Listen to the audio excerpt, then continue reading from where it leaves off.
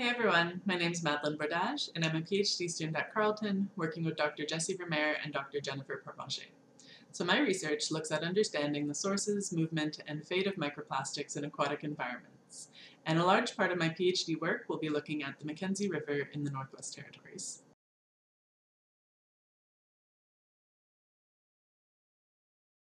So the fieldwork I do involves collecting environmental samples, typically water and sediment. And so to collect water samples, I usually use what's called a manta net, so a large net system that we tow behind a boat, and this allows for a large volume of surface water to be filtered. And then for sediment, I usually collect both beach sediment and benthic sediment. So for beach sediment, I fill glass jars using either a spoon or using the jar itself as a scoop. And then benthic sediment is collected using an Ekman grab. So collecting samples for microplastics research is relatively straightforward, and compared to a lot of other research projects, the fieldwork component is not as time-consuming. However, given the size of microplastics and the complexity of extracting plastic particles from samples, there's always a very large lab component coupled with any kind of fieldwork. So I've always loved being outdoors, and having an outdoor component to my research was something really important to me when I was looking for a graduate program. So I think fieldwork allows you to experience a completely different part of your project and gives you a better understanding of the phenomenon you are looking at, as well as the research site that you're working in. And these are things that you don't necessarily get or can appreciate as much by just looking at data or by looking at pictures.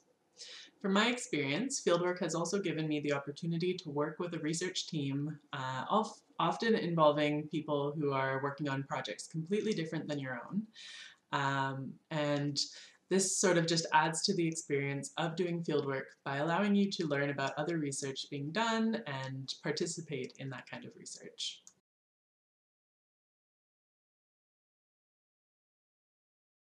So as wonderful as fieldwork is, things definitely don't always go as planned. And this is often just part of doing fieldwork, and being in these situations allows you to learn valuable lessons, as well as figure out ways to adapt to problems on the spot.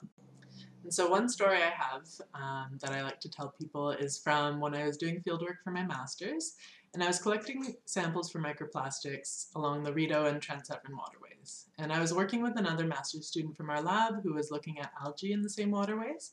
So as I collected samples for microplastics, she collected samples for algae, and we were able to help each other out with the fieldwork as well as with any immediate processing that had to be done. And so we were staying in an Airbnb cabin. We needed the space to work in the evening and process some of her samples, as well as a fridge to keep her samples cold. And so one of the samples she collected needed to be kept in glass amber bottles, treated with iodine, and then refrigerated. And so after our second long day of fieldwork, we get back in the evening, get ready to start processing another set of samples, and we realized that the water samples from the previous day had frozen and the glass bottles containing iodine shattered all over the fridge and all over our food.